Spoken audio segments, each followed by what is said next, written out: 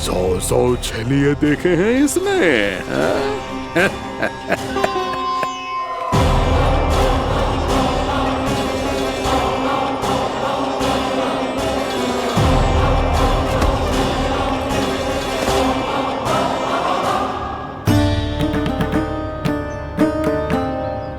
किसे देख रही हूँ कान्हा? उज्जवल को। कहाँ चले गया वो?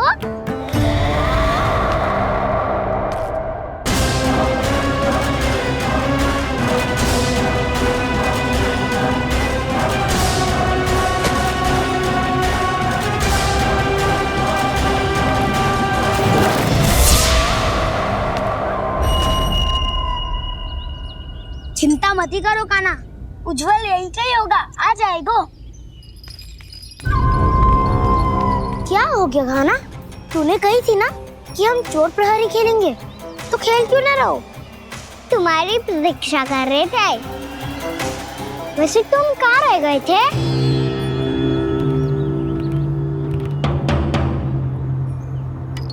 वो ये देखो ना, मुझे क्या मिला, सिक्का।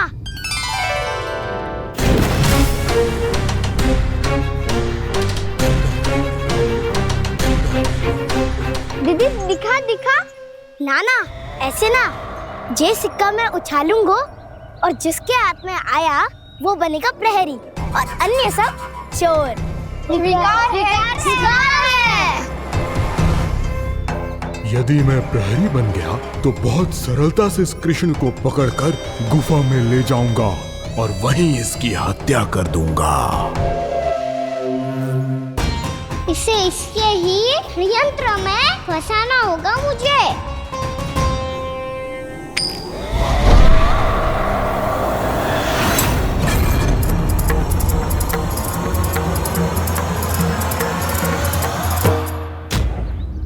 मैं प्रहरी, तुम सब चोर।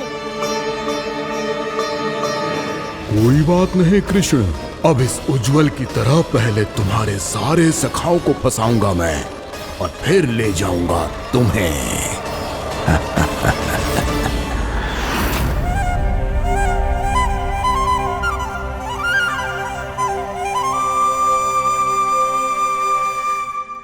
चलो खेल आरंभ करें। कान्हा, तो हमें पकड़ना। आंखें बंद कर कान्हा।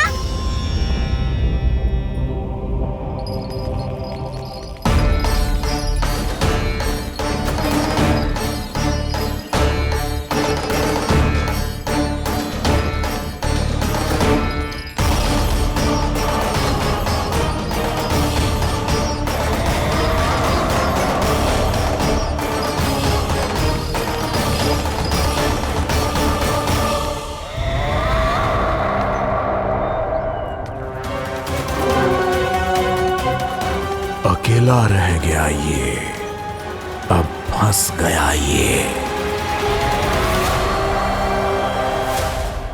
सुबल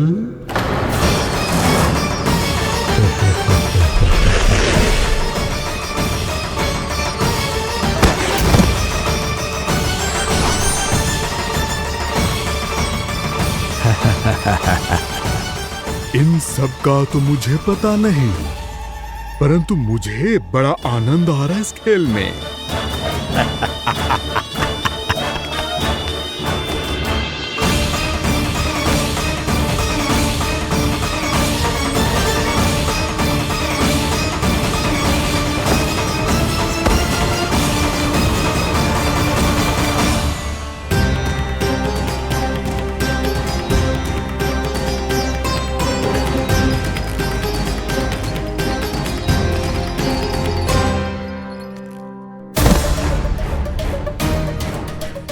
बसंता,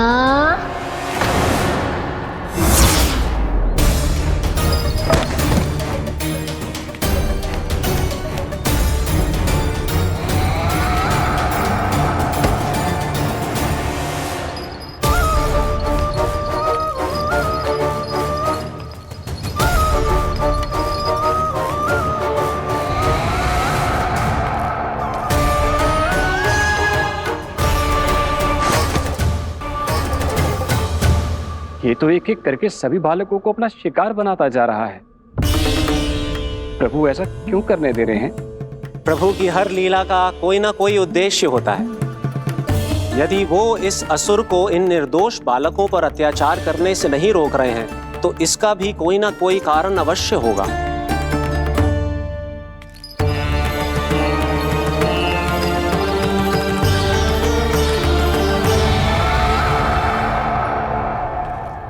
श्री दामा,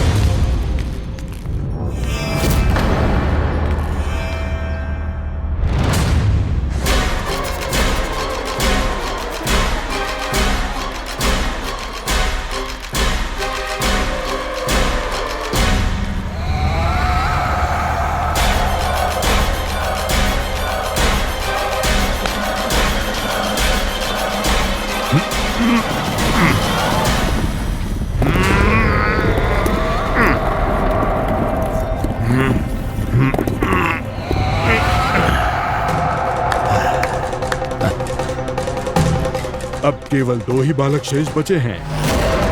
दोनों को पकड़कर ये खेल ही समाप्त कर दूंगा।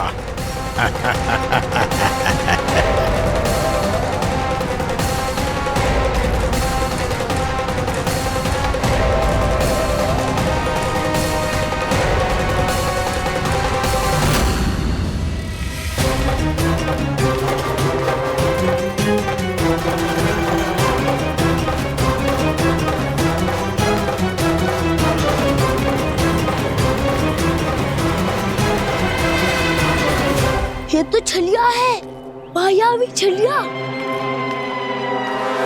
मेरे सभी सखाओं को शिकार बना लिया इसने। मैं इसे नहीं छोड़ूंगा। कान्हा, कान्हा,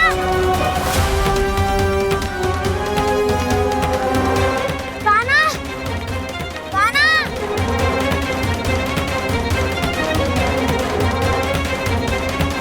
कान्हा, ताऊ,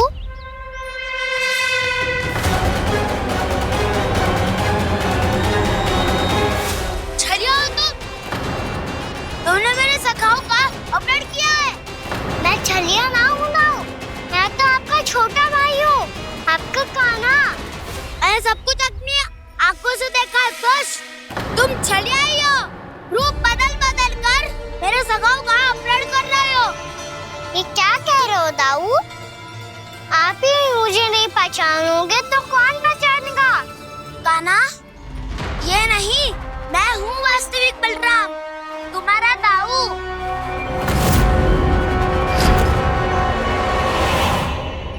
इसके भौकाल में मत आना कान्हा। ये चलिए।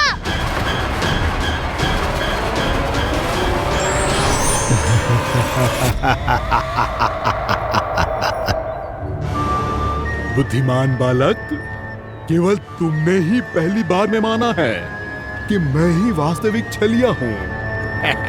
पर हम तुमसे भयभीत नहीं है दस। इसी क्षण हमारे सखाओं को मुक्त कर दो।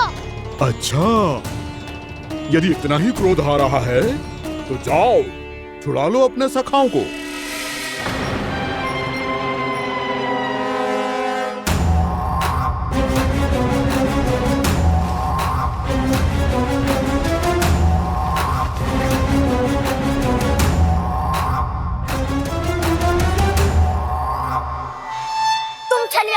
तुम चलिए तुम चलिए तुम चलिए तुम चलिए तुम चलिए तुम चलिए तुम चलिए कान्हा हमारी रक्षा कर कान्हा रक्षा करो हमारी बलराम हमें बचाओ कान्हा हमारी रक्षा करो हमारी या मैं हूँ सर किसी का बाल भी पाका नहीं कर पाओगे तुम बालक, पर मैंने तो पहले ही तुम्हारे सखाओं को उस कंदरा में पहुंचा दिया है। बेचारे इस समय घबराते रो रहे होंगे, सहायता की भिक्षा मांग रहे होंगे। जानते हो तुम उन सबका अपहरण क्यों कर पाए? क्योंकि मैंने तुम्हें कर नहीं दिया ताकि मुझे तुम्हारा सामना करने के लिए हिकायत मिल सके। अच्छा। जाओ जाके सखाओ को बचाओ। इस दुष्ट के लिए मैं पर्याप्त हूँ।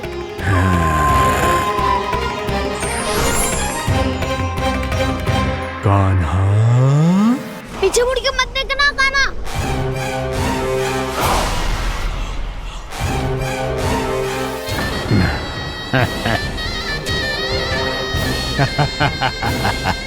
अपने सखाओं की तरह अब तुम भी फंस गए कृष्ण। अच्छी कलाकारी कर लेते हो रावणासुर। किससे सिखाया ऐसा स्वांग करना? स्वांग नहीं, माया है ये विद्या मैंने अपने पिताश्री से सीखी है। माया के महान आचार्य मायासुर।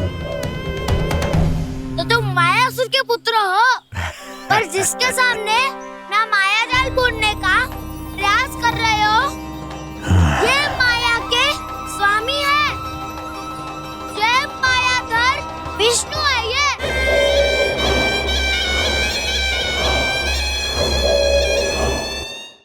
जिसके सामने माया जाल बुनने का प्रयास कर रहे हो, ये माया के स्वामी है। ये मायाधर विष्णु है ये। अच्छा, तो होते रहे। मैं तो इनकी हत्या करने आया हूँ और हत्या करके ही जाऊंगा। जाओ आप सखाओं को बचाओ, मैं इनका सामना कर लूंगा। पर कान्हा, अभी आप ही ने तो कहा था माया का स्वामी हूँ मैं।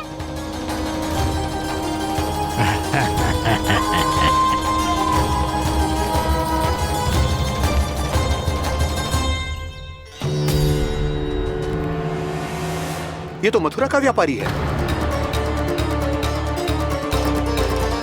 इसको अर्थ वो जो था वो सच में छलिया हो तो कहीं वो नंदन तो ना पहुंच गओ।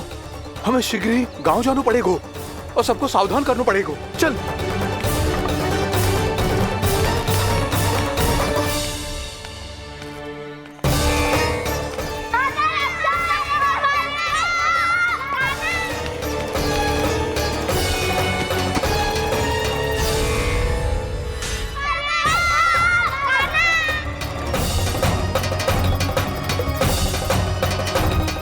यदि तुम्हें लग रहा है कि मेरे छल के वार से बच गए हो, तो मुझसे भी बच जाओगे।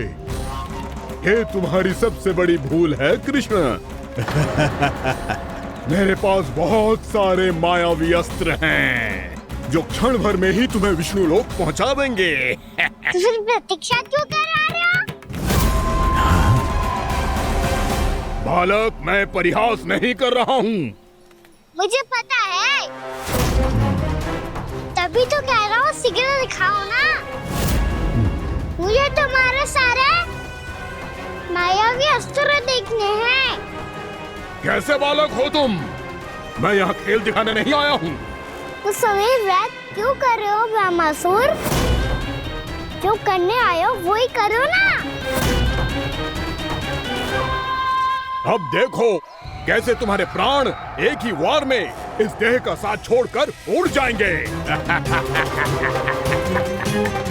मेरी मायावी अग्नि तुम्हारे भोले भाले से इस मुख को जलाकर भस्म कर देगी।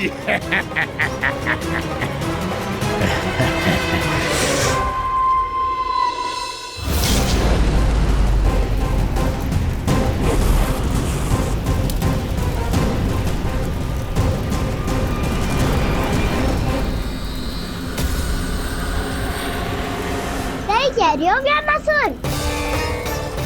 बोला बाला तो दिखता हूँ मैं। मैया भी यही कहती है।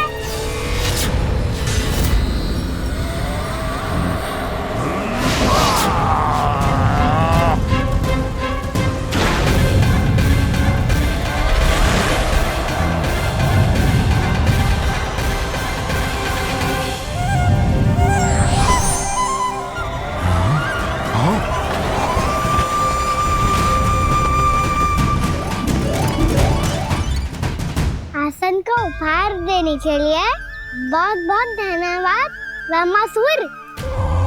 बहुत समय से खड़े खड़े थक गया था मैं।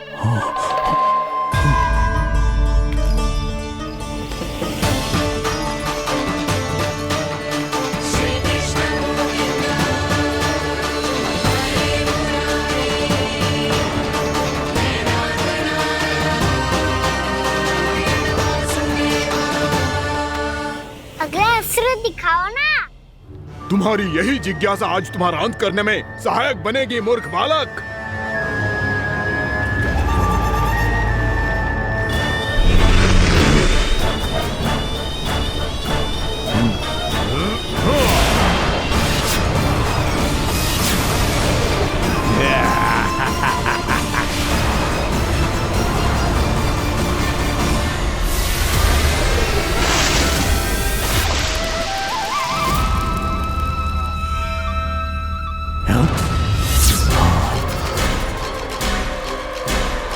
अच्छा, पर प्रक्षालन करना चाहती थे तो पहले क्यों नहीं बताया? मुस्कुराना बंद करो। तुम्हारी ये हंसी मुझे कांटों की तरह चुभ रही है। पर मैया तो कहती है कि मेरी मुस्कुराहट फूलों की तरह है।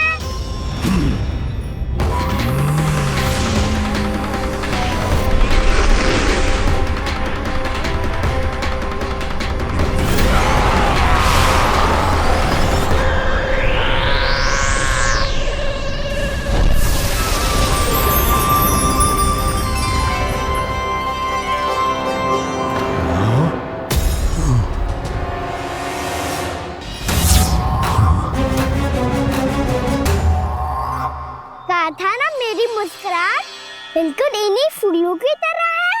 और तुम कर क्या रहे हो मास्टर? कभी आसन दे रहे हो, कभी पद प्रक्षालन कर रहे हो और अब फूल भी चढ़ा दिए। तुम मुझ पे वार करने आए हो कि पूजा करने? तुम्हारी पूजा तो मैं अब ऐसी करूंगा कि तुम मृत्यु के बाद भी मुझे भूल नहीं पाओगे बालक।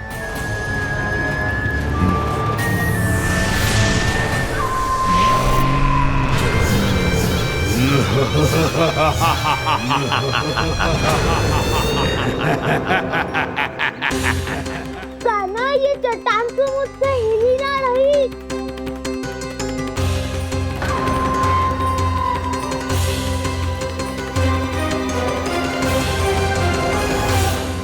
अभी कंदरा के अंदर कुछ क्षणों में ही प्राण वायु समाप्त हो जाएंगे। तुम्हारे सारे सखा एक एक कर अपने प्राण त्याग देंगे और तुम्हारा वध करूंगा मैं।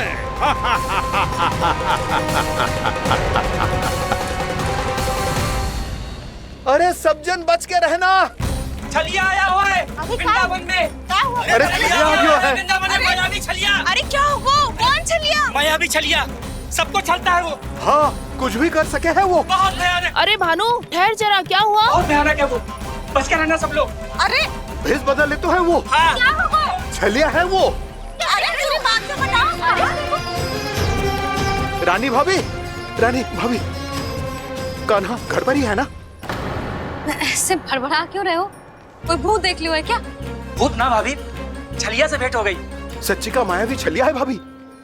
क्या उल्टा सीधा बोले जा रहे हो? ठीक से बताओ।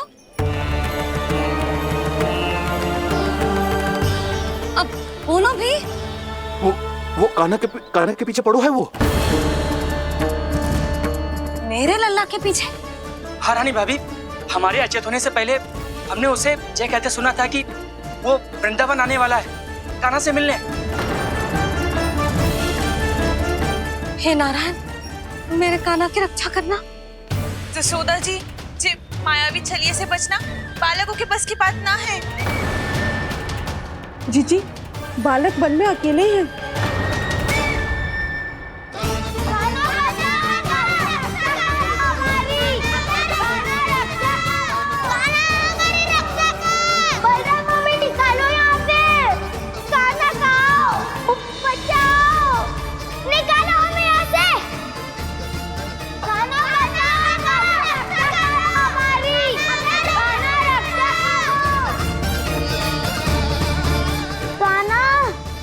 चट्टान तो मुझसे हिली ना रही। यदि मैं माया का स्वामी हूँ तो आप भी बल के स्वामी हो। ताऊ, अपनी क्षमता, अपना सामर्थ्य स्मरण करो।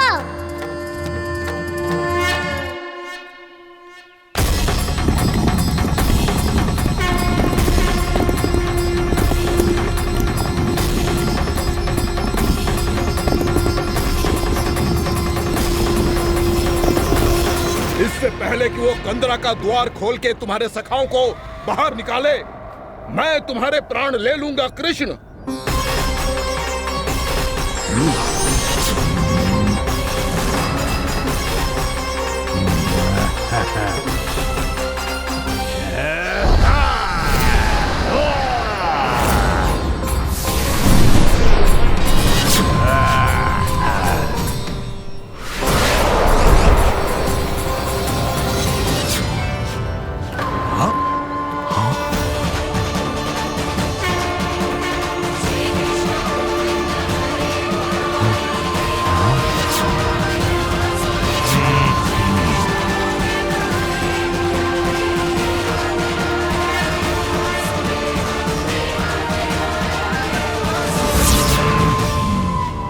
कितनी पूजा करोगे ब्रह्मासुर?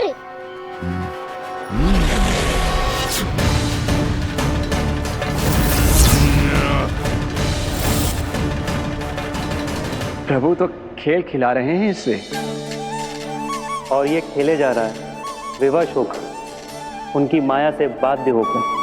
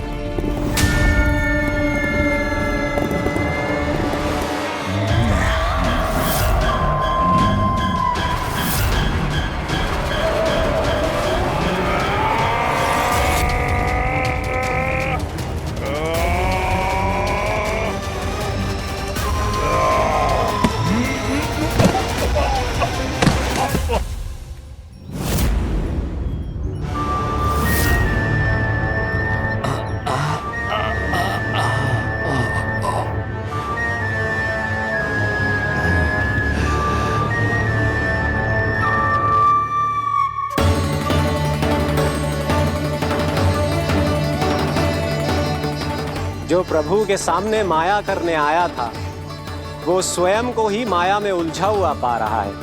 नारायण नारायण। लो, अब तो तुमने दंडवत प्रणाम भी कर लिया। माया भी गधा भी उपहार में दे दी। तुम चाहते क्या हो ब्रह्मासुर? मेरी शरण में आना है क्या?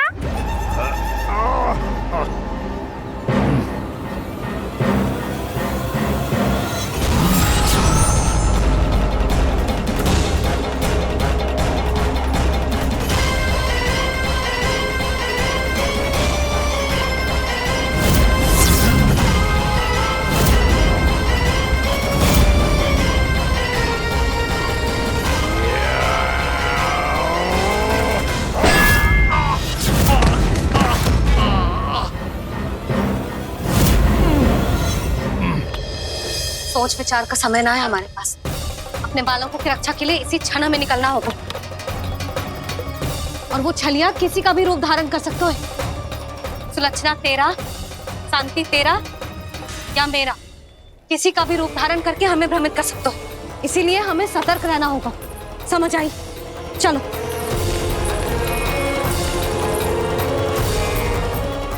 अभी भी समय है रामासुर, समझ जाओ। यदि मैया आ गई तो बात गड़बड़ हो जाएगी।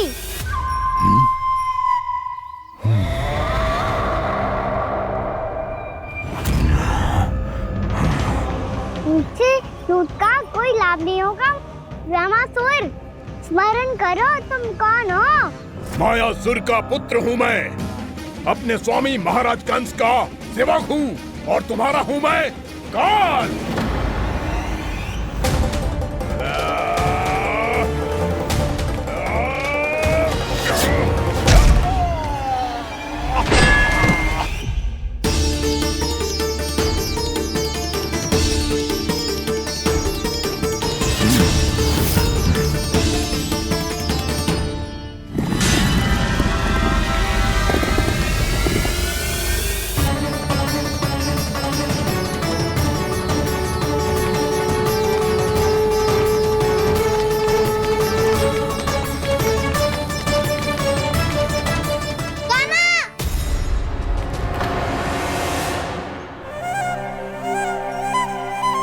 बाबा कहते हैं दुष्टों को पहले बातों से समझाना चाहिए, फिर भी ना माने तो अस्त्र ना उठाना दृढ़ता होती है।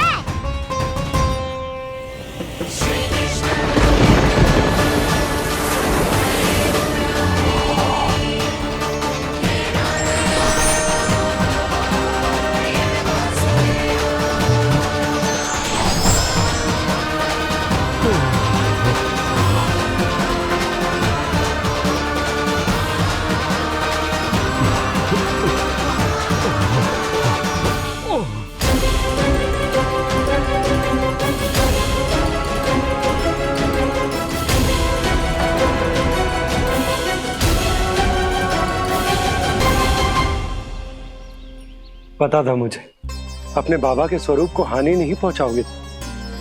सही कही तुमने। पिता की छवि ही पिता के समान भी आनंदीय होती है। रामासुर, रामासुर। ये मैं अपने वास्तविक रूप में कैसे आ गया?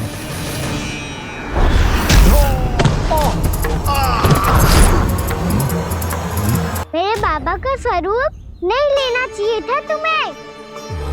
मैया ने सिखाया है भूल को क्षमा किया जा सकता है, पर जानबूझ के किए गए अपराध के लिए दंड ही एकमात्र विकल्प होता है। ये बार बार अपनी मैया का नाम ले रहा है। यदि मैं वो स्वरूप लूं तो अपनी मैया पर वार नहीं कर पाएगा ये।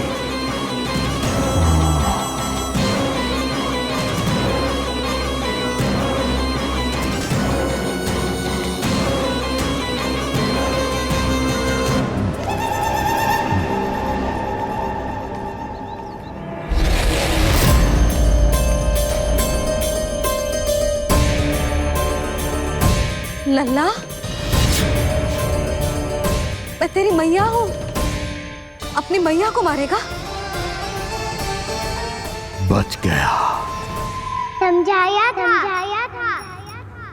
पर तुमने एक बार फिर से मूर्खता कर ही दी। इस पर तुमने पहले से भी बड़ी और पहले से भी भयंकर भूल किया रामासुर।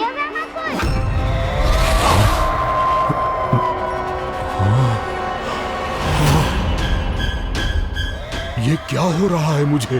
बार बार मेरा रूप क्यों बदल रहा है? ममता को समझे बिना अधिक समय तक मैया का स्वरूप हरण करके नहीं रख पाओगे रामासुर।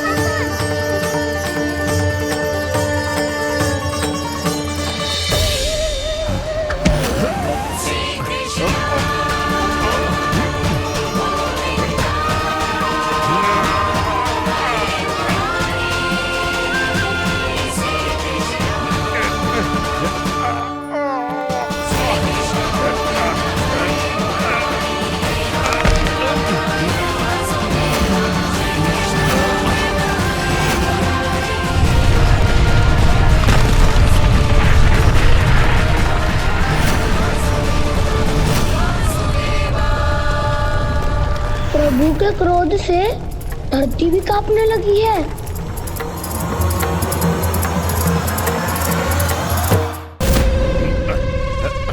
पुत्र को मारने के उद्देश्य से एक माँ का रूप लिया तुमने। ये ममता का और मेरी मैया का घोर अपमान है रावणासुर।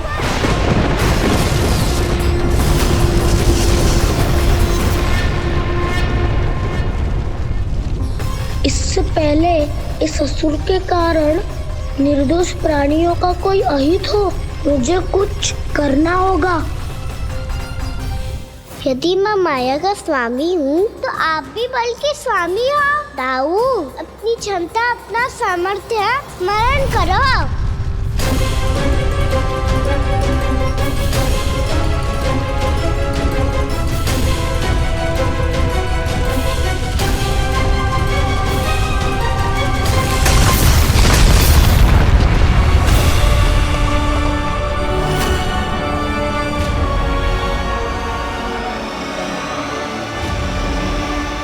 अद्भुत बल दाऊ, अद्भुत। अपने बल का उचित प्रयोग करके आपने प्राणियों को हानि होने से बचा लिया और यह भी सिद्ध कर दिया कि इस युग में आपसे अधिक बलवान और कोई नहीं होगा। आज से आप बलदेव के नाम से भी जाने जाएंगे। आज से आप बलदेव के नाम से भी जाने जाएंगे। आपके चरणों का ये चिन्ह युगों युगों तक आपके बल की कथा कहता रहेगा। बलराम का चरण चिन्ह।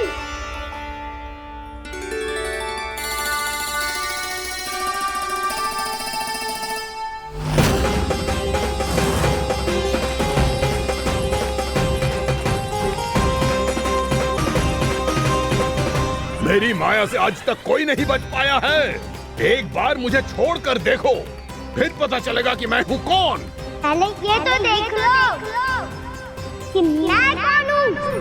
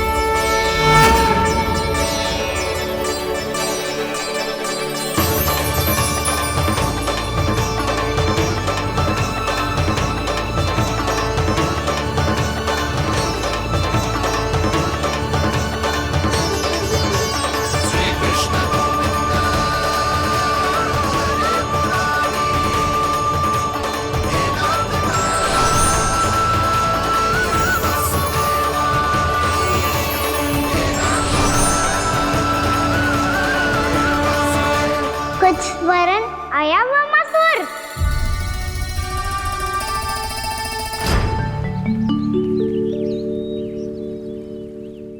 बहुत समय पहले की बात है।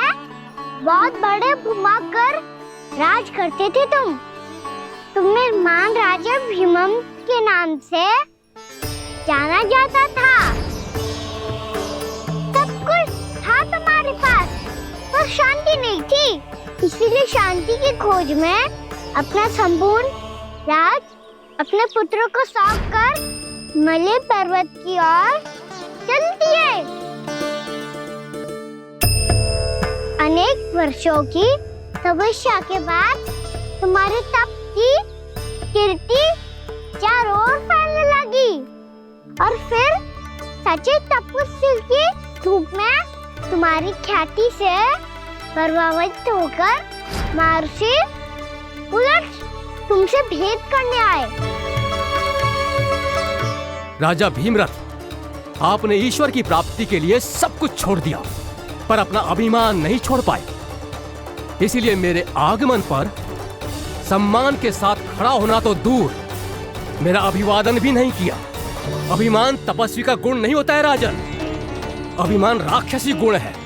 इसलिए मैं आपको श्राप देता हूं कि आप अगले जन्म में एक राक्षस के रूप में जन्म लेंगे, एक राक्षस के रूप में जन्म लेंगे। मुझे क्षमा कर दीजिए महर्षि। मैंने जानबूझकर आपका अपमान नहीं किया है। मैं तो यहाँ पर शांति की खोज में आया था। अपने भीतर के संसार में गहरे सोच विचार में डूबा हुआ था मैं। मुझे क्षमा कर दीजिए महर्षि, मुझे क्षमा कर दीजिए। अपनी भूल का आभास प्रायश्चित की ओर पहला पग होता है। मैं अपना श्राप तो वापस नहीं ले सकता, परंतु आपको एक वचन अवश्य दे सकता हूं। जब भी प्रभु नारायण का अवतार होगा, आपको उचित समय पे वो वरदान देंगे जिसकी आप लंबे समय से प्रतीक्षा कर रहे हैं।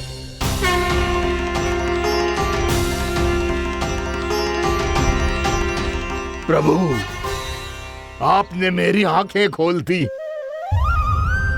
अब मुझे पता चल गया है कि आप कौन हैं और मैं कौन हूं। इसलिए आप मुझ पर कृपा करके अपने चरणों में स्थान दे दीजिए।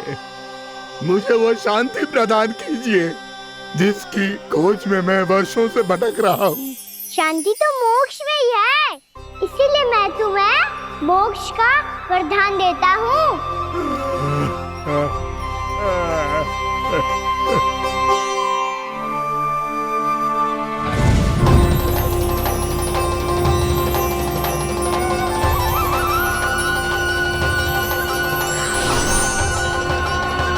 प्रभु की ये लीला सदैव स्मरण रखी जाएगी। इस स्थान को इनका आशीर्वाद मिलेगा और इस कंदरा को व्योमासुर की कंदरा के रूप में पहचाना जाएगा। भविष्य में अनेक ऋषि मुनियों की शरण स्थली बनेगी ये कंदरा।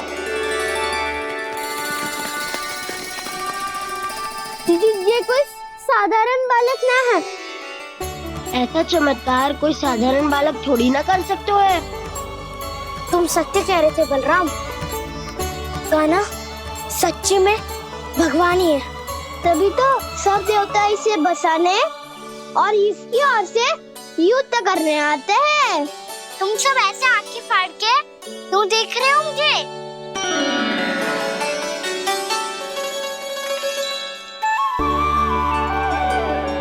बलराम, तुम बलवान हो और कान्हा भगवान है। दूर दूर तक कोई दिखाई न दे रहा है। ना जाने किस हाल में होंगे बालक। कहीं हम ही तो मार्ग ना भटक गए शीघ्रता के चक्कर में। अब तो एक पग भी ना चलो जा रहे हो। जल, किसी के पास जल है क्या? कंठ तो मेरा भी सूख रहा है मौसी। भाभी, निकट ही जमुना जी है, कहूँ तो वहाँ से जल ले आओ। मैं भी जा रही हूँ भाभी, एक से भले दो। हाँ चल, शीघ्रता से आओ। हाँ।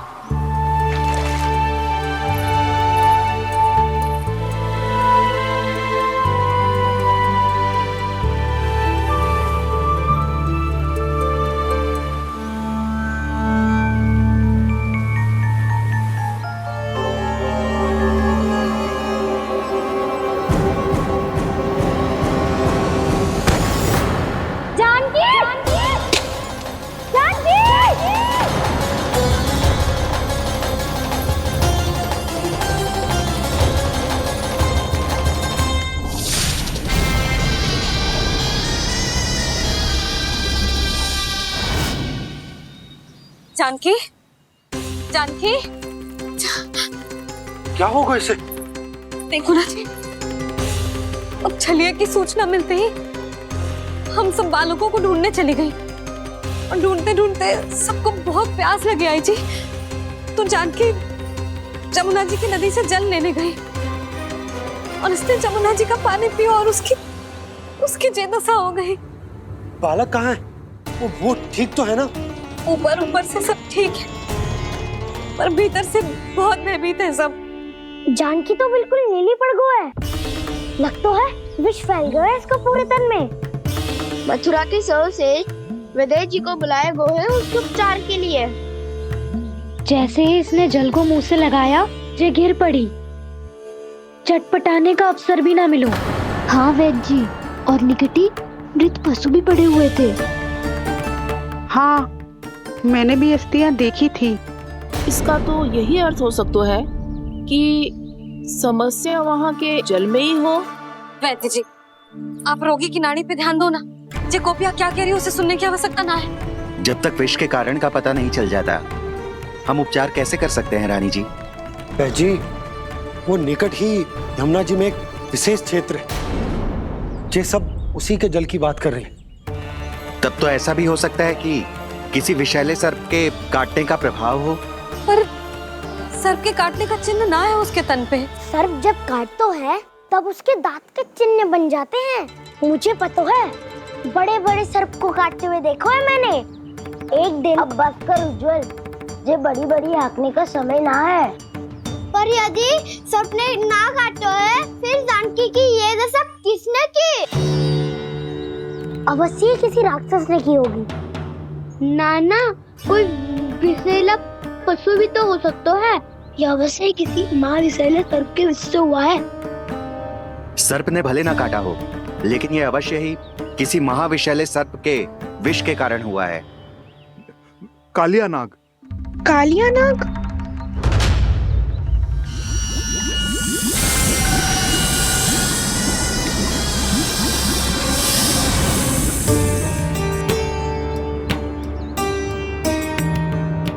संकेतों से तो ऐसा लगता है कि जानकी ने कालिया नाग के क्षेत्र के विशाल जल पी लियो है। कालिया नाग एक लोक श्रुति है, कल्पना में गढ़ी हुई एक कथा, और कछु न है। हमें जाके पता लगाना पड़ेगा। पर हमें वहां जाने से मना किया है ना बड़ों ने। उज्जवल सही कह रहे हो है। इस समय जानकी के स्वास्थ्य से अधिक महत्वपूर्ण और कछु ना है। जानकी हमारे लिए ही जलाने गई थी जी। ना मैं उसे जाने देती ना जैसा वो तो। वैद्य जी, आप शीघ्र कछु करो, कैसे भी कछु भी करो, पर इसके प्राण बचा लो। यशोदा, धैर्य रखो, श्री नारायण पर विश्वास रखो, वो सब ठीक कर देंगे।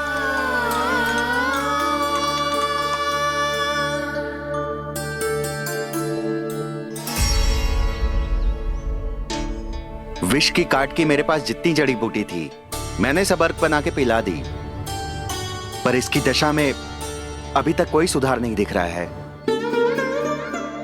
यह अंतिम जड़ी बूटी है। अगर इससे भी चमत्कार नहीं हुआ तो फिर जो नारायण की इच्छा।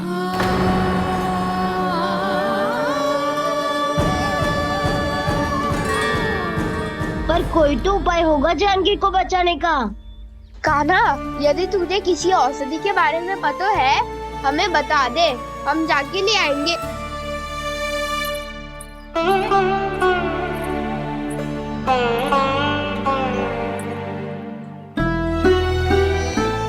हे नारायण, हे प्रभु, मेरी जानकी के प्राण बचा ले प्रभु। या तो मैं अपने आप को कभी क्षमा न कर पाऊंगी। ये सारी मेरे ही कारण बनाई थी।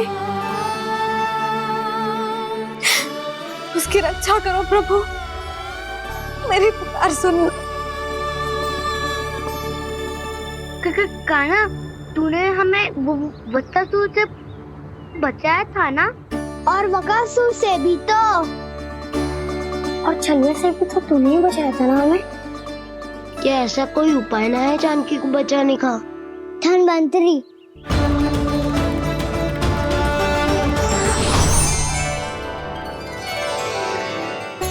मैं आ गया हूं प्रभु, चिंता मत कीजिए, आपके आदेश का पालन अवश्य होगा।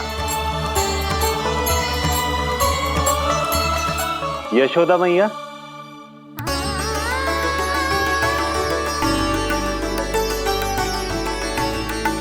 मैया, आपको कोई पुकार रहा है।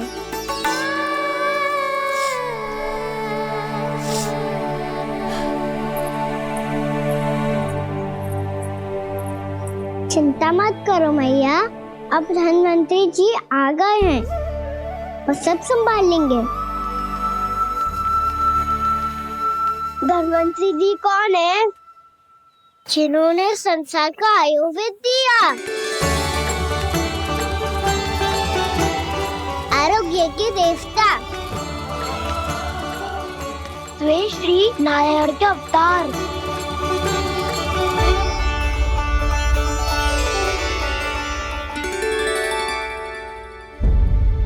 मुझे पता चला है कि आपको वेद की आवश्यकता है। हाँ हाँ, भीतर आइए। आइए आइए बैठे जी। जी रहे। मथुरा का सर्वश्रेष्ठ वैद्य अर्थात मैं यहाँ आ चुका हूँ और रोगी को जितनी औषधि की आवश्यकता थी सब दे चुका हूँ।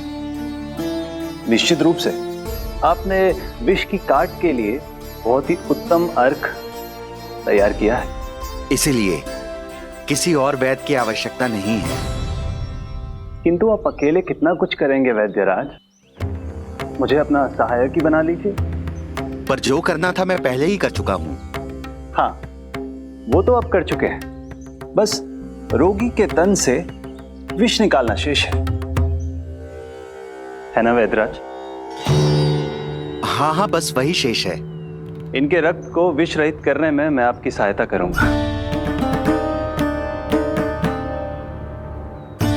पहले ये संजीवनी मानी जाने वाली इन लाल फूलों की बूटी को भी घिसना है ना?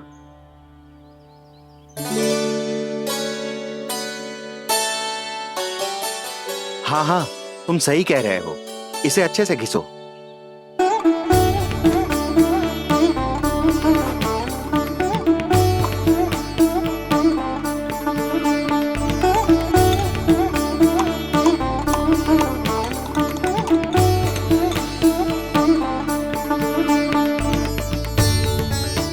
और ये नीले फूलों को भी तो मिलाना है ना? हाँ हाँ, अच्छे सहायक बन सकते हो तुम। ऐसे ही श्रम करते रहो।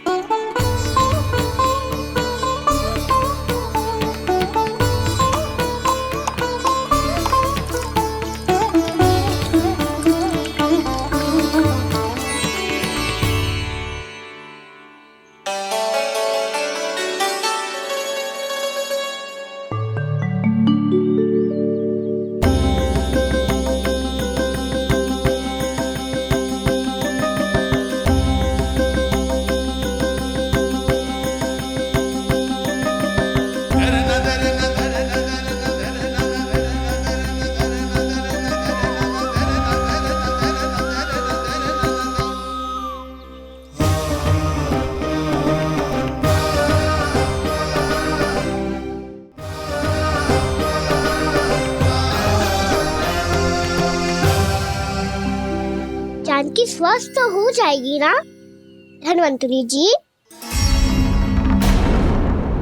धन्वंतरी? प्रभु, अब मैं क्या करूं? आपने तो स्वयं ही मेरी पहचान उजागर कर दी। जी क्या करो कान्हा? आप सब ऐसे क्यों देख रहे हो? भैया कहती है ना, सभी वैद्य धन्वंतरी जी का ही रूप होते हैं। वाह कृष्णा, चतुर तो हो तुम। वैसे वास्तविक धन्वंतरी मैं हूँ। मेरा अर्थ है वास्तविक वैद्य मैं हूँ। ये तो मेरा सहायक है। मुझे पूरा विश्वास है बिल्कुल ठीक हो जाएगी। वैसे ही थोड़े ना मुझे मथुरा का सर्वश्रेष्ठ वैद्य कहते हैं लोग।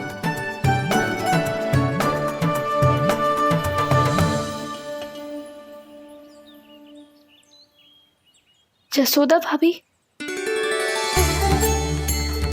जसोदा जी, जानकी को चेतना आ गई।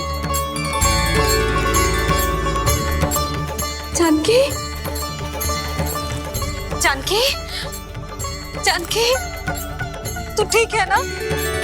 क्षमा करना भाभी, मैं आपके लिए जल ना ला पाई। बस बहुत भूख लगी है। मैं अभी कछु लाती हूँ। जानकी माखन खाओगी?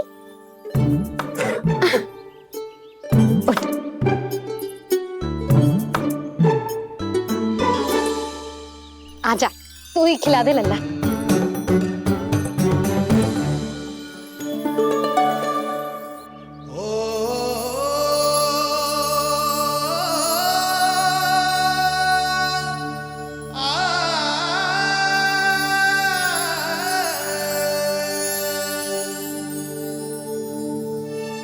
तुम सब मेरे लल्ला को माखन चोर कहती हो ना, आज देखो अपना ही माखन जानकी को खिला रहे है।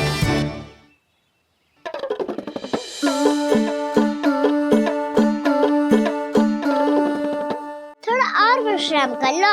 सदैव तुम हम सबकी सेवा करती हो, आज मैं तुम्हारी सेवा करूंगा। जानकी की जिज्ञासा तब हुई जब जय यशोदा काकी की सेवा कर रही थी, और अब देखो स्वयं भगवान ही इसकी सेवा कर रहे हैं। जानते हो इससे क्या सिद्ध होता है?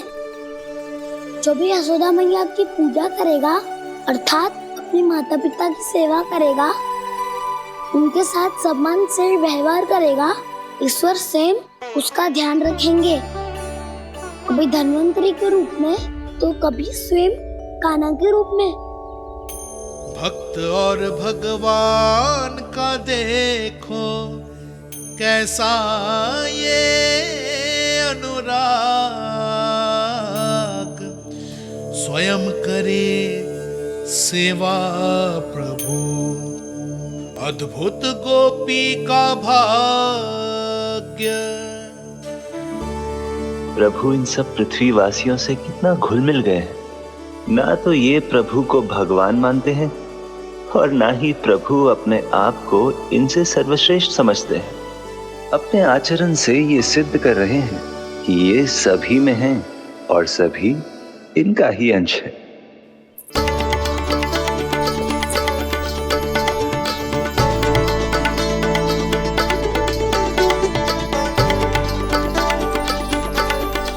प्रभु, अब मुझे जाने की आज्ञा दीजिए।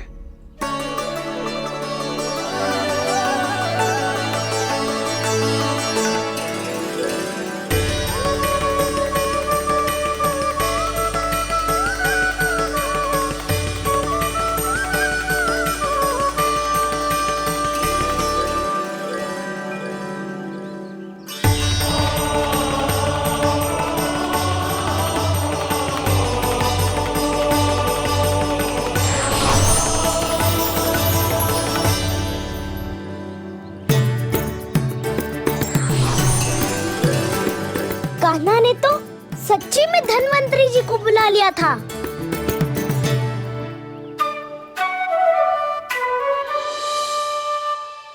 जब से कान्हा का जन्म हुआ है ना, मैं तब से देख रही हूँ, तब से हम पे कोई भी संकट आती है ना, तो अचानक से कोई अपरिचित हमारी सहायता करने आ जाता है, और जाते समय कान्हा की आज्ञा लेके जाते है, और कभी कभी तो इसे प्रभु बोल के जाते है। बाबा संभालो।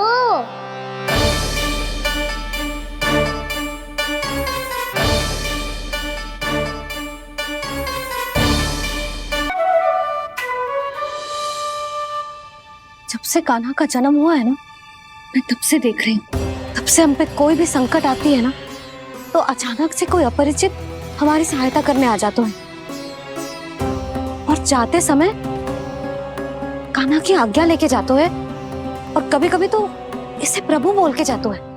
बाबा संभालो। यशोदा, इस जानकी को चढ़ो है और विचित्र विचार तुम्हारे मन में है। अरे सब जानते हैं कि हमारा परिवार राजसी, तुम्हें पता ना चलते हो वो, पर हमारे कान्हा को सब राजकुमार ही समझते हैं देखकर।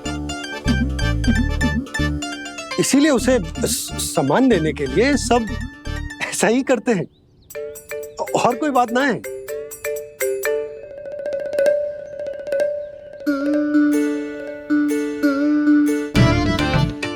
अब जे मेरे लल्ला को ऐसे क्यों घूर रहे हैं? बुरी दृष्टि लगाएंगे क्या? वैद्यराज जी, आपके सहायक तो गए, अब आप यहाँ क्यों हो? वो क्या है ना, मैं अपने रोगी का निरीक्षण करके पूरी तरह से संतुष्ट होकर ही जाता हूँ।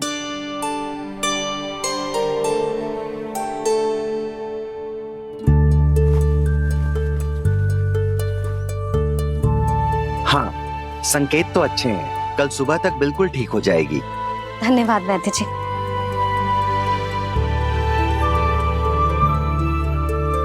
बस तो फिर हम कल पकड़ पकड़ाई खेलेंगे जानकी।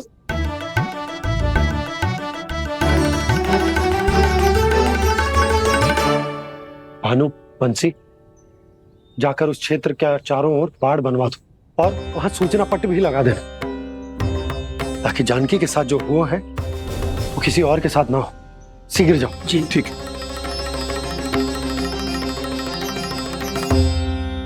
बाड़ और सूचना पट लगवाने से समस्या का समाधान नहीं होगा बाबा। निर्दोष पशु सूचना पट देखकर भी कुछ समझ नहीं पाएंगे।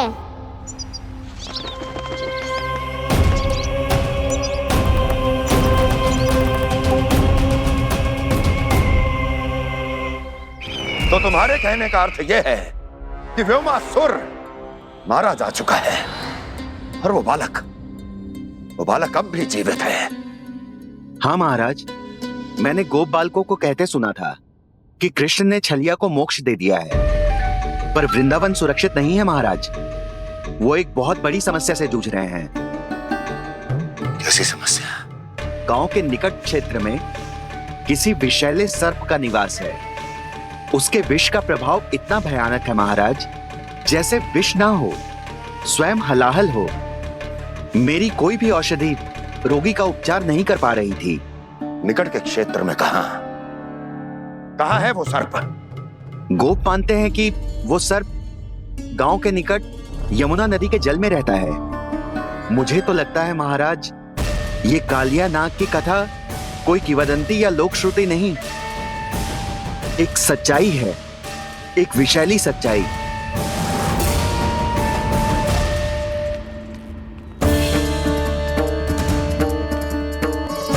कालिया का सामना करने का समय आ गया है, पर उससे पहले मुझे बुलाना होगा उन्हें।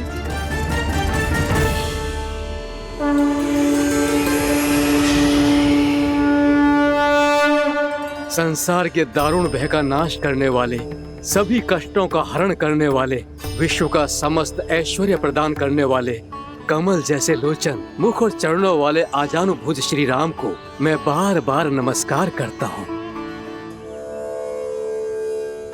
आपदामपहर्तारं दातारं सर्व संपदा लोकाभिरामं श्री रामं भूयो भूयो नमाम्यहम्।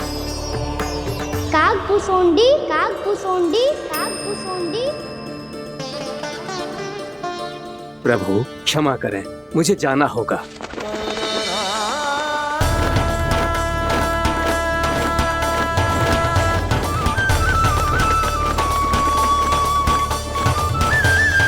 प्रणाम प्रभु।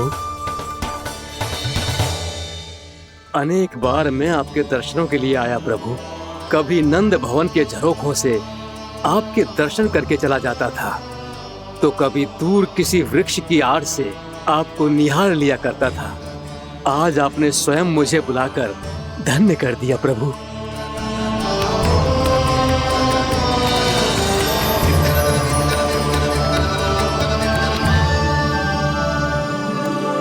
मैंने आपको यहाँ एक विशेष कारण से बुलाया है।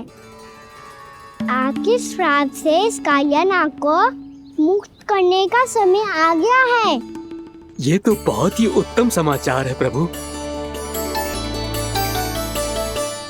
इतने वर्ष बीत गए, मुझे आज भी स्मरण है वो दिन जब मैंने उन्हें श्राप दिया था। अपने क्रोध पर नियंत्रण खोकर बहुत बड़ी भूल कर दी थी मैंने प्रभु। बीती हुई घटनाओं पर दुखी होके कोई लाभ नहीं है। हमें भविष्य की ओर देखना होगा।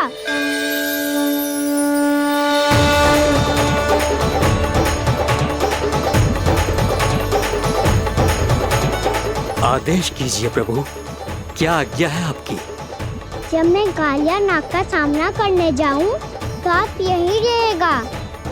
आपको अपने आप पता चल जाएगा कि कब क्या करना है। और हाँ, लौटते जाते समय नारद मुनि से कहिएगा वो आकर मुझसे भेंट करे। अवश्य प्रभु, प्रणाम। क्या इसने सच्ची में देवर्षि नारद को बुलाया है? नारायण नारायण, आपको संदेश भेजने की आवश्यकता नहीं थी। आप स्मरण करते और मैं चला आता। तुम्हारा कल्याण हो नारद।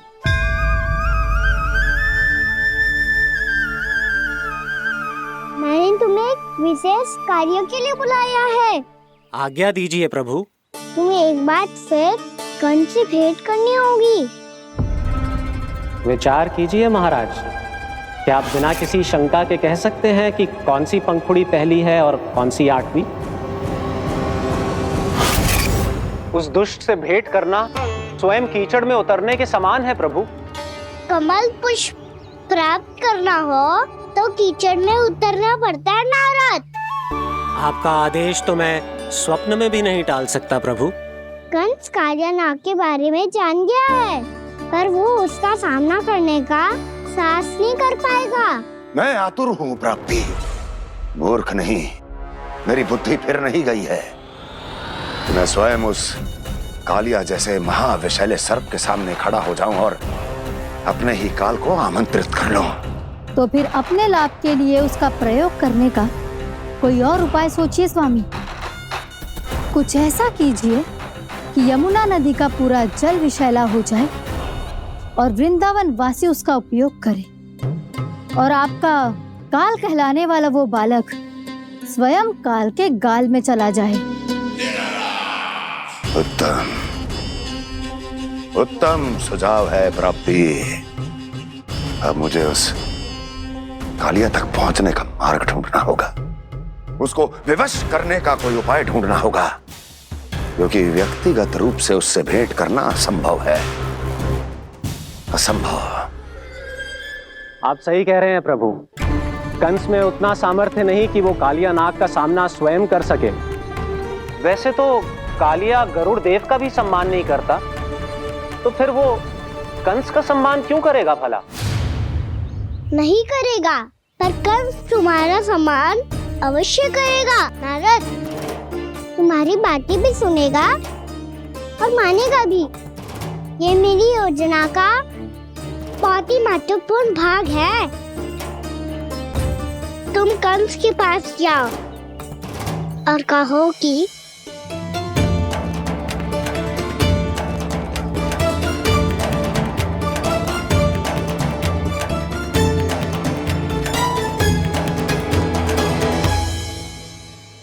संतान अपने माता पिता को तीर्थ का सौभाग्य दिलाती, पर मेरा लल्ला कितना महान कि उसने हमारे घर को ही तीर्थ बना दिया। ऐसा तीर्थ जहां मेरी आंखों के सामने भक्त और भगवान का मिलन हो रहा है। जो आज्ञा प्रभु।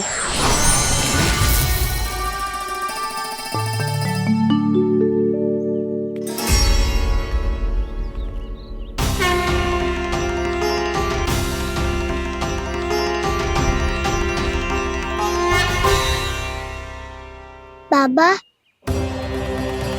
कान्हा, ये सब क्या चल रहा है? पहले काक भुसुंडी जी और फिर जे नारद जी। क्या योजना बना रहे हो तुम? कान्हा, बताना लल्ला, क्या सोच रहे तू? कान्हा देख, अगर तुझे अपने बाबा को ना बताना हो ना, अपने भक्त को बता दे। क्या सोच रहे हो लल्ला? क्या करने वाले हो आप?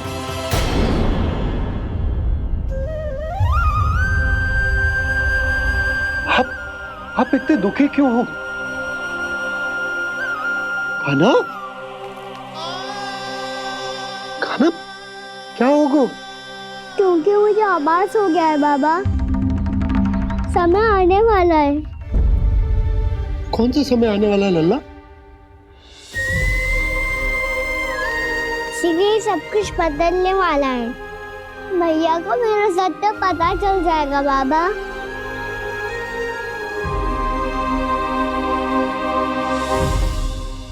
पर लल्ला, इसका काक भुसुंडी और कालिया नाग से क्या संबंध है? ऐसा क्या हुआ था और क्या होने वाला है?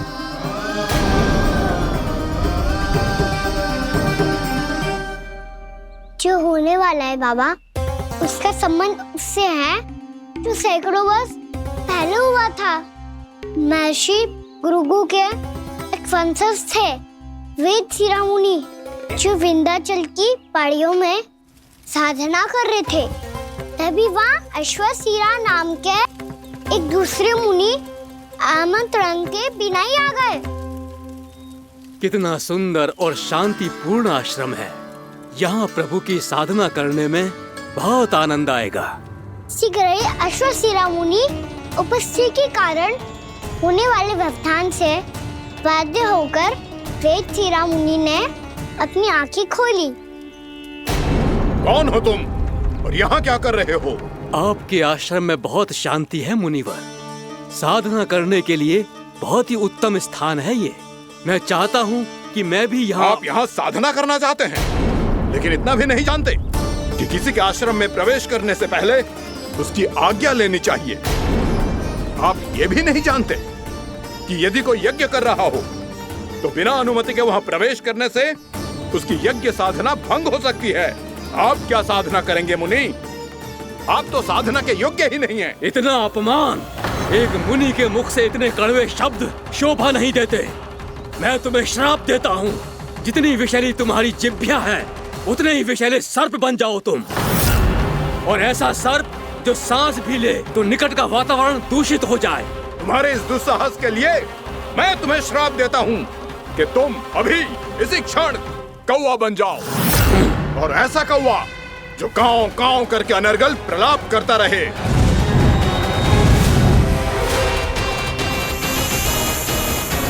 ये मैंने क्या किया?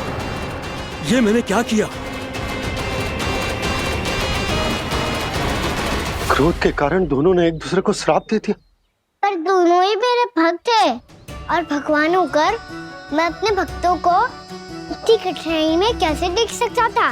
इसीलिए जिस संकट में उन दोनों ने अपने आप को फंसा लिया था, उसका समाधान करने में मैं उनके पास गया।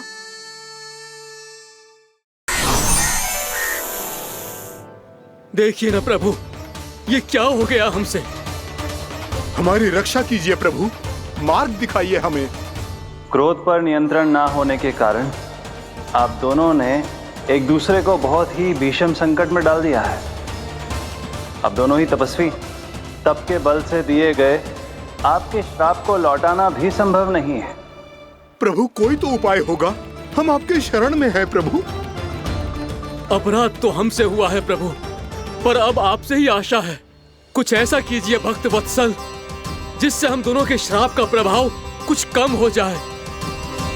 आप दोनों ही मेरे भक्त हैं, इसलिए आपकी पीड़ा का निवारण करने का एक उपाय है मेरे पास। वेदशिरा मुनि, जब आप कालिया नाग बनेंगे तो आपको मेरे चरणों को अपने शीश पर धारण करने का सौभाग्य मिलेगा। और अश्वशिरा मुनि, आप काग योनि होने के बाद भी आप श्रेष्ठतम ज्ञान और सर्वाधिक यौगिक सिद्धियों के स्वामी होंगे और प्रवचन दिया करेंगे। इसके बाद अश्वशिरा मुनि काक भुसुंडी बन गए, जिन्होंने आगे चलकर स्वयं गरुड़ देव को रामायण सुनाई।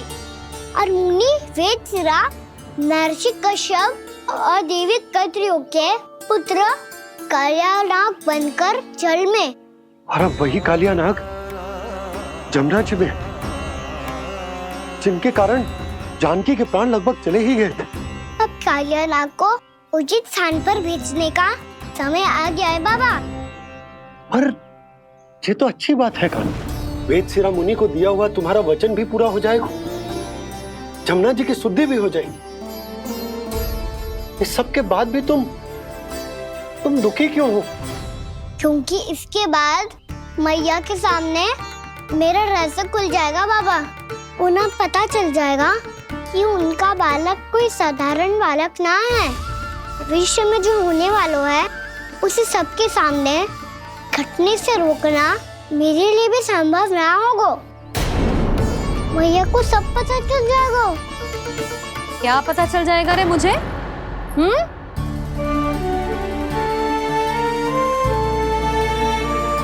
यही कि सबसे अधिक प्रेम मैं आपसे ही करता हूँ। अब बस भी कर। चलो, भोजन के लिए बुलाने आई थी तुम दोनों को। भूखा थोड़े ना रहने दूंगी अपने लल्ला को। मेरा लल्ला दुर्बल हो जाएगा ना। आप खिलाओगे तो ही खाऊंगा। हाँ ठीक है, मैं ही खिलाऊंगी। अब चल, आओ जी, चल।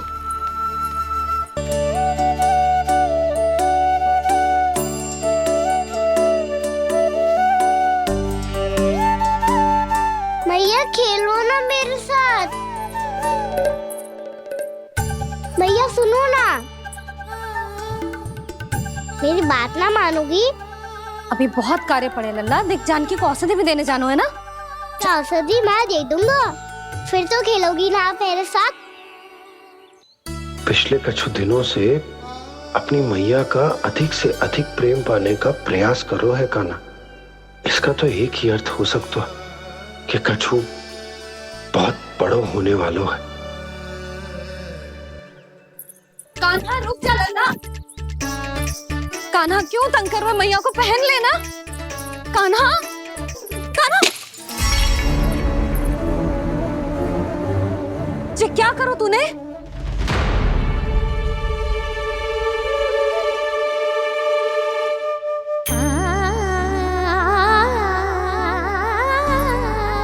अच्छा ठीक है, अब मुंह लटकाने की आवश्यकता ना है। ये ले।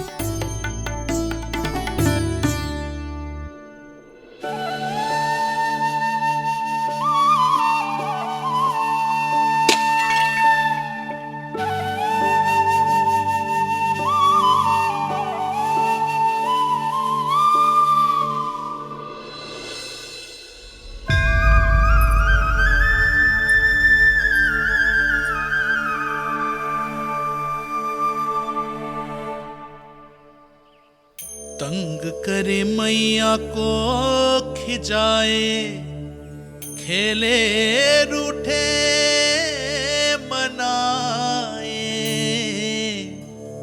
लीला अनोखी करके शरारत, कान्हा दंड भी पाए।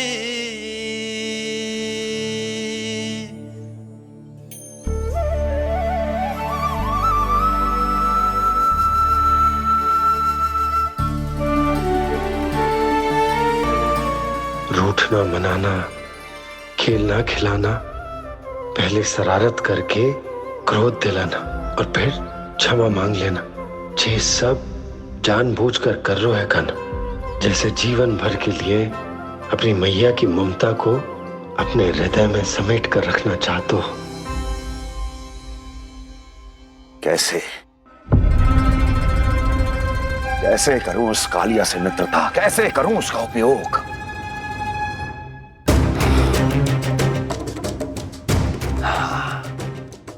उस पर आक्रमण कर देता हूं और उसे किसी ना किसी तरह से यह विश्वास दिला देता हूं कि यह आक्रमण उस विष्णु अवतार ने किया है।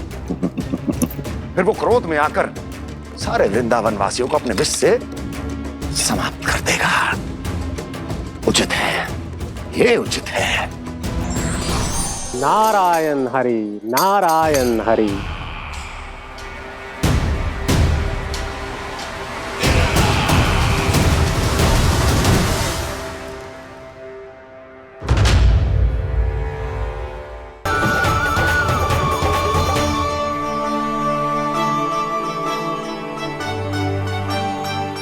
अद्भुत प्रभु, अब तो आपकी धुन पर पहाड़ियां भी पिघलने लगी।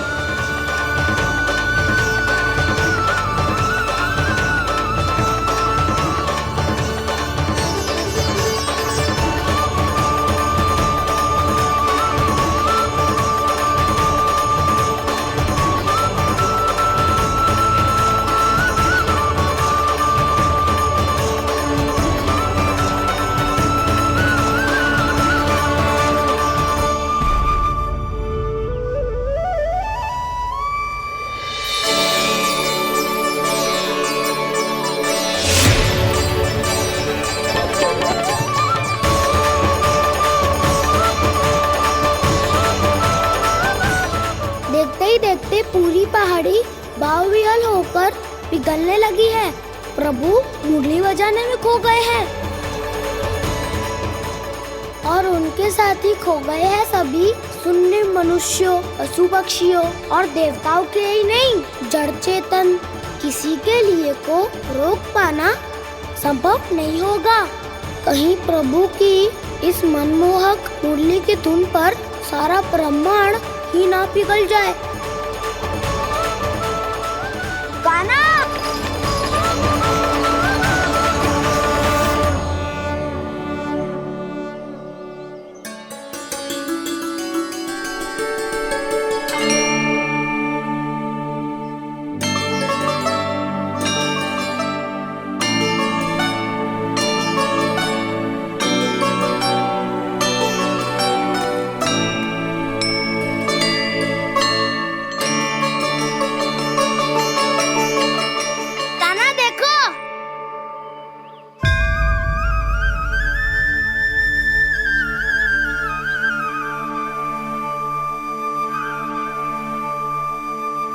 या तो आपके चरण का चिन्ह बन गया है प्रभु।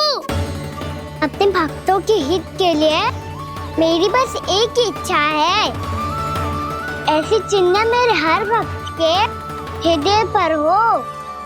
आपके पद चिन्ह तो सदैव से ही आपके भक्तों के हृदय पर छपे हुए हैं प्रभु, पर इस पहाड़ी ने भी अब इसे अपने मन में बसा लिया है।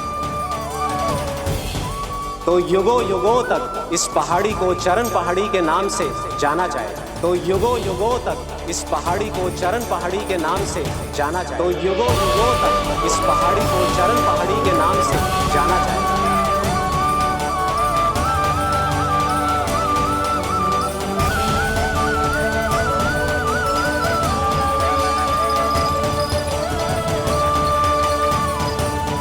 कान्हा, तू हमारे पास से वहाँ कैसे चले गए हो? हमें तो पता भी ना चलो। मैं कहीं ना गया था उज्जवल, और ना ही कहीं जाऊंगा। सदैव यही रहूंगा मैं, तुम सबके पास, तुम सबके मन में।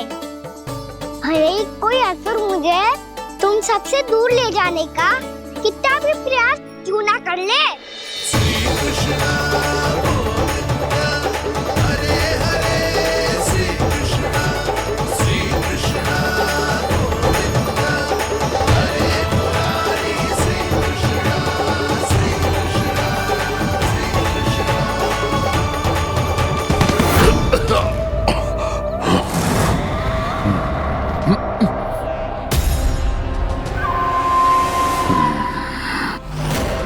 भले ही कितनी भी लीला क्यों न रच ले वो, आज उस छलिया कहलाने वाले विष्णु का सामना सच्चे छलिया से होगा।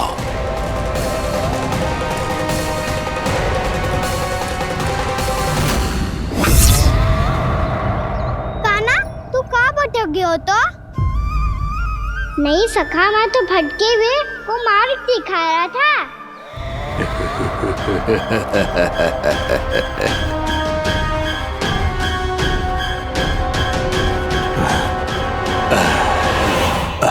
फिर से कहीं मत चले जाइयो, बहुत कठिनाई से फिर से तेरा साथ मिलो है हमें। कान्हा, तो इतने दिन बाद आए हो हैं, आज हम केवल गैया ना चराएंगे, कछु आनंद भी लेंगे आज। कैसो आनंद? मैंने मारा और गैया चरा के घर दूल्हे से पहले ही सीधे सीधे सब घर चलो। वैसे भी वन में बहुत भय लगता है मुझे, क्योंकि किस बात का भय? इतनी शीघ्र बोल गए। अभी कुछ दिन पहले ही तो उस असुर और देवता में कितने भीषण युद्ध हुआ था। हाँ, हम शीघ्र घर जाएंगे। अरे वसंता, वो युद्ध ना था, सब बड़े बड़े देवता हमारे सखा कान्हा को बचाने आए थे। तू ही सोच, जिसकी रक्षा सारे भगवान मिलके एक साथ करते हैं, वो कान्हा हमारे साथ है, तो फिर हमें कैसा भय? वो कान्हा हमारे साथ है, तो फिर हमें कैसा भय? तुम सब भी कौन सी बात लेकर बैठ गए हो? ये बताओ कि आज हम क्या खेलेंगे?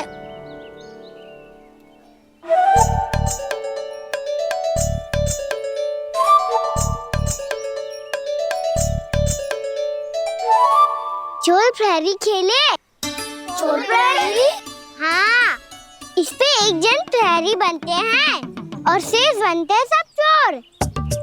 और चोर का कार्य होगा भागना और छुपना, और प्रहरी का कार्य होगा चोर को पकड़ लेना। अरे वाह काना, क्या खेल बतायो है। इसमें तो बहुत आनंद आएगा। ये खेल भले ही तुम सब खेलोगे बालकों, पर आनंद तो मैं ही लूंगा।